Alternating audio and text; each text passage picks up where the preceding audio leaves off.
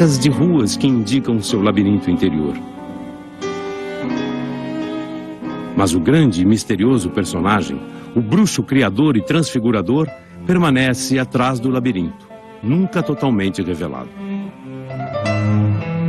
Dizia Machado, o grande andarilho: é meu costume, quando não tenho o que fazer em casa, ir por esse mundo de Cristo, se assim se pode chamar a cidade de São Sebastião, matar o tempo. Não conheço melhor ofício, mormente se a gente se mete por bairros excêntricos. Um homem, uma tabuleta, qualquer coisa basta a entreter o espírito. E a gente volta para casa lesta e aguda, como se dizia em não sei que comédia antiga. Há nome de ruas sagrados em sua obra, como por exemplo Mata-Cavalos, tão sagrado quanto os nomes de certas vias e lugares na obra de Proust.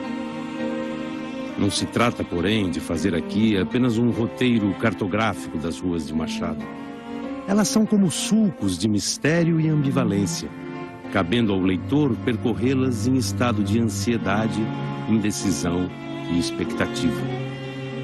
São ruas a serem percorridas na urbe machadiana, uma urbe, na verdade, sem idade transfigurada pela literatura. Na sua origem, a palavra rua significa ruga. Neste nosso trabalho, procuramos revelar o rosto imemorial de Brás, Bentinho, Capitu, Aires. São rugas que não revelam a idade, e sim o tempo. Mergulhemos neste tempo. Machado nasceu em 1839, no Morro do Livramento. A presença dos morros marcaria toda a sua obra. A atmosfera rarefeita e confinada de suas ruas vem de sua ideia de que os morros são doentios, as praias são saudáveis. O mar escancarado de Capitu conserva, apesar disso, a doença dos morros, já tomadas pela febre amarela. O que Machado, menino e jovem, viu nos morros? Ele introduziu esse espírito andarilho na sua obra, porque a obra, quem percorre as trilhas visíveis da obra de Machado, percebe que é uma obra em que o autor anda, caminha, é transeunte, né? É uma obra em movimento pelo que as pessoas andam e percorrem a cidade e visitam a paisagem urbana, como também há movimentos, viagens nos sentimentos do seu personagem. Primeiro, o Rio do Alto, já que no início tudo eram ladeiras ainda com poucas casas. Um rio silencioso, distante, quase inatingível para um menino pobre. Um rio de sons tão inarticulados como de início lhe deveria parecer a língua francesa, aprendida um pouco mais tarde com a dona de uma padaria. Da língua francesa e do rio, vai se assenhorar perfeitamente. Machado de Assis, além de ser o escritor que foi, de escrever os livros que escreveu, da inventiva, da criatividade literária, de tudo, há todo um retrato de um momento da cidade, de um momento da sociedade nessa cidade, que ele criou e que ele pintou muito bem, sem igual na literatura brasileira até aquela época e desde então.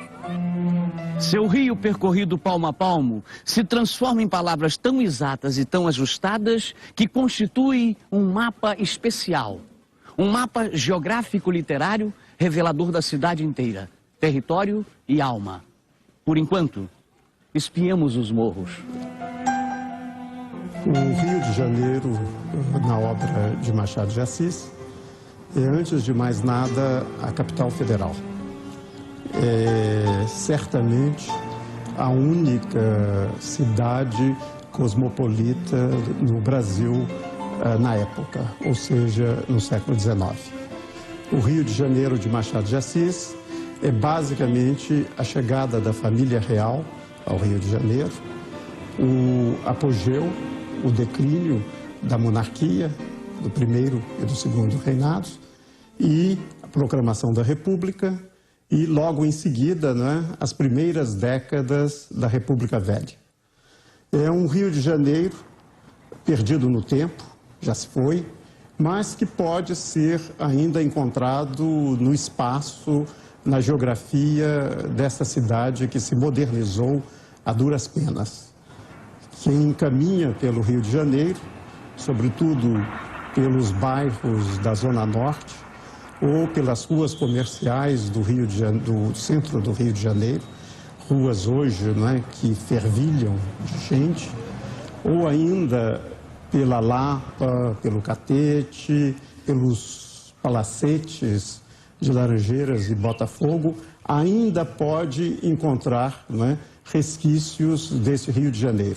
Dos morros, Machado desce para a planície. A cidade silenciosa e estática do alto se transforma numa urbe barulhenta e movimentada pela qual se deixa tragar. Consta que serviu na igreja da Lampadosa como sacristão.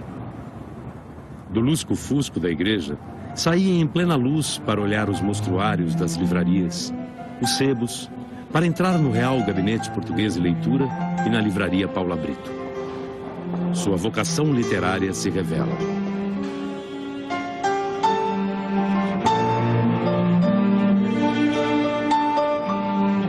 Seu maior objeto de desejo eram justamente os livros. Consegue seu primeiro emprego na imprensa nacional.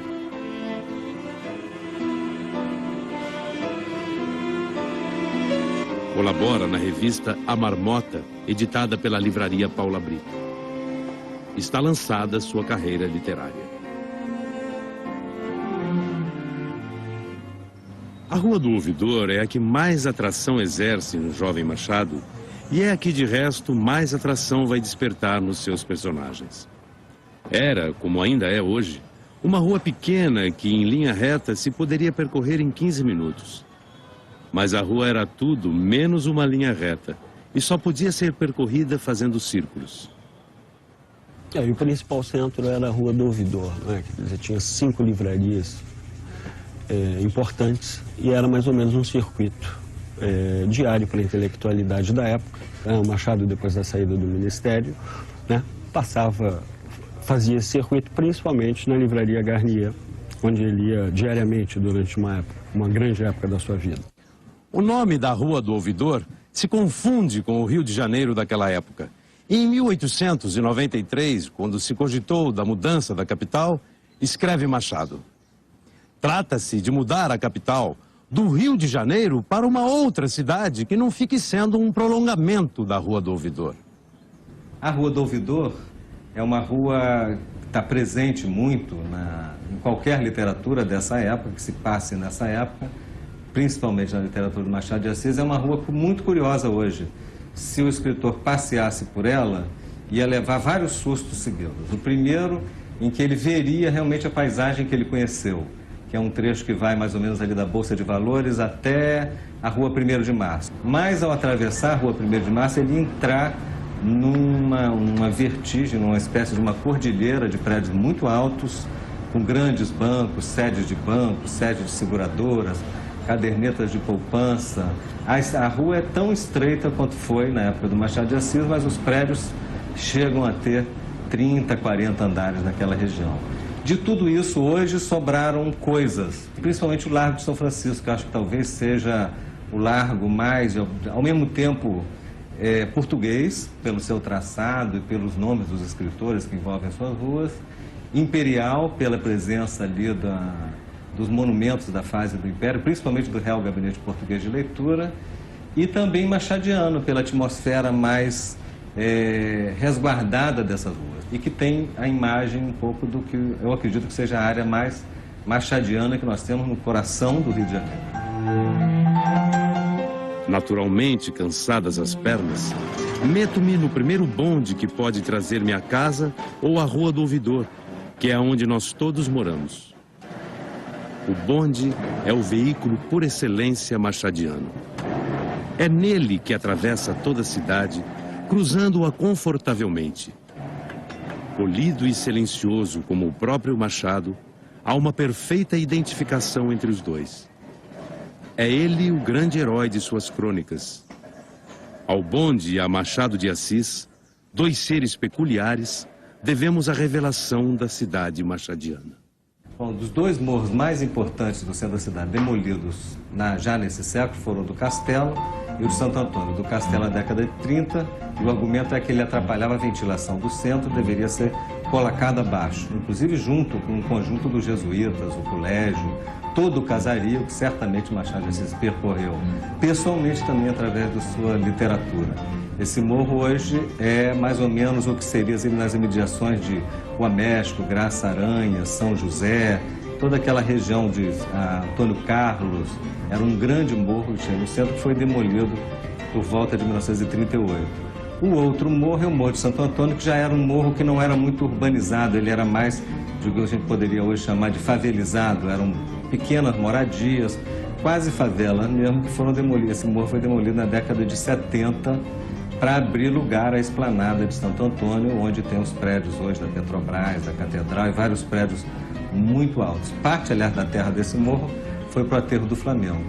Com o morro foi embora um pedaço da Lapa, né, desestruturando um pouco aquele casario que tinha em torno dos arcos da Carioca. Machado se torna, ainda em vida, o maior escritor brasileiro. Deixa ao leitor, a quem se dirige permanentemente, a tarefa de percorrer seus labirintos, suas vielas sinuosas. Subverte a estrutura tradicional do romance, proporcionando a esse leitor fugas, desvios, rodeios, mergulhos. Volta sempre com mão firme ao ponto de partida. Para a par com este roteiro sinuoso, cria uma geografia sentimental. O Rio de Janeiro. Pontilha de humor, às vezes cáustico, às vezes galhofeiro, todas as situações. Sua análise social é impregnada desse humor. A sua cidade, embora revele a presença do tempo inexorável que a devora, é descrita com mão leve e pontilhada deste mesmo humor. É com prazer que seus personagens a atravessam, incorporando-a ao traçado de suas vidas.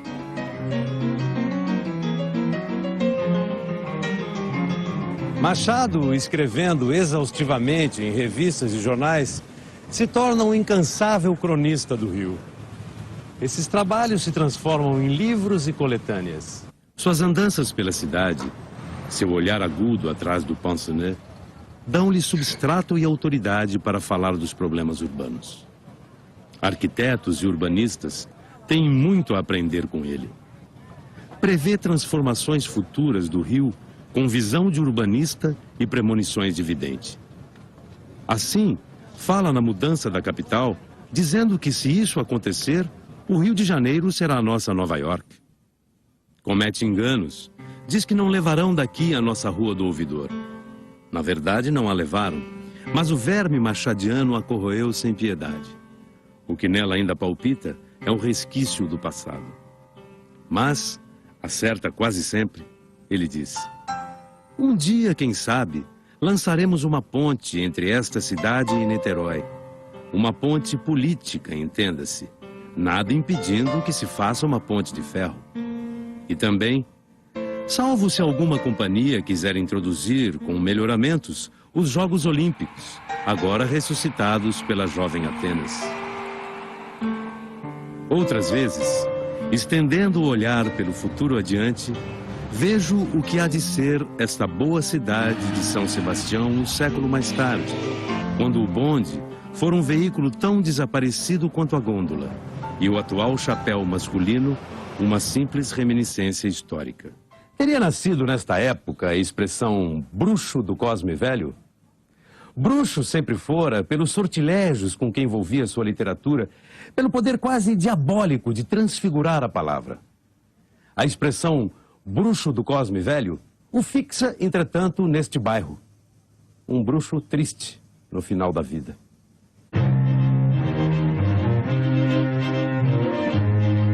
Sua casa foi demolida, não restando dela pedra sobre pedra. Um edifício nada machadiano foi erguido em seu lugar. Que o bruxo tenha permanecido ali é coisa de que não duvidamos. Estará a vagar pela cobertura nas altas madrugadas?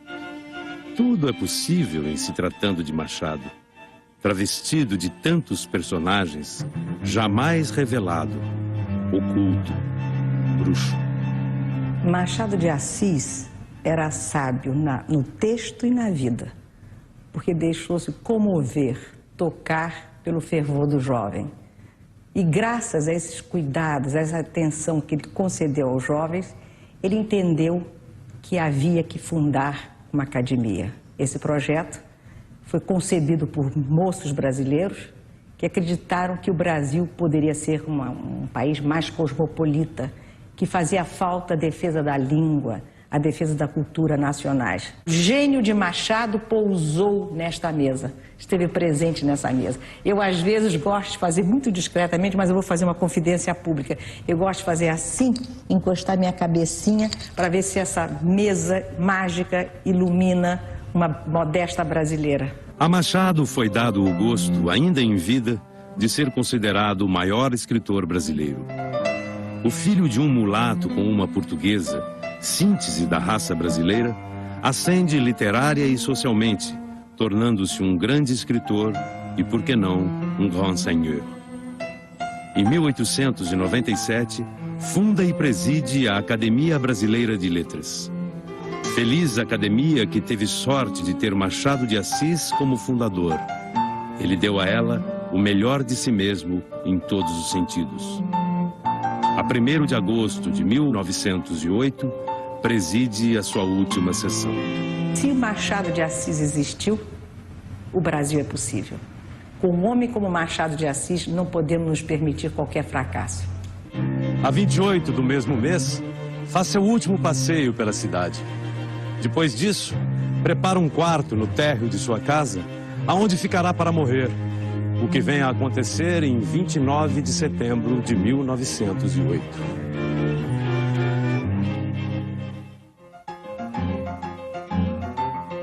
Por que não? Andava pela praia do Flamengo a ver a ressaca. Ouvia-se o mar forte e à distância avistavam-se as ondas crescendo. Hoje, vindo da cidade para casa, passei por esta e dei comigo no Largo do Machado quando o bonde parou. Entrava então no passeio público e tudo parecia dizer a mesma coisa. Você já reparou nos meus olhos? São mesmo de cigana oblíqua e dissimulada? Mate-me Deus com bananas. Víamos na infância com todos os arrebatamentos da juventude. Alguma coisa de maligno pairava no ar. Viva o dilúvio. Viva o sol. Assim eu, Brás Cubas, descobri uma lei sublime. A lei da equivalência das janelas. A minha mãe, uma santa, não seria descascável. Santas são assim. Não tive filhos. Não transmiti a nenhuma criatura o legado de nossa miséria.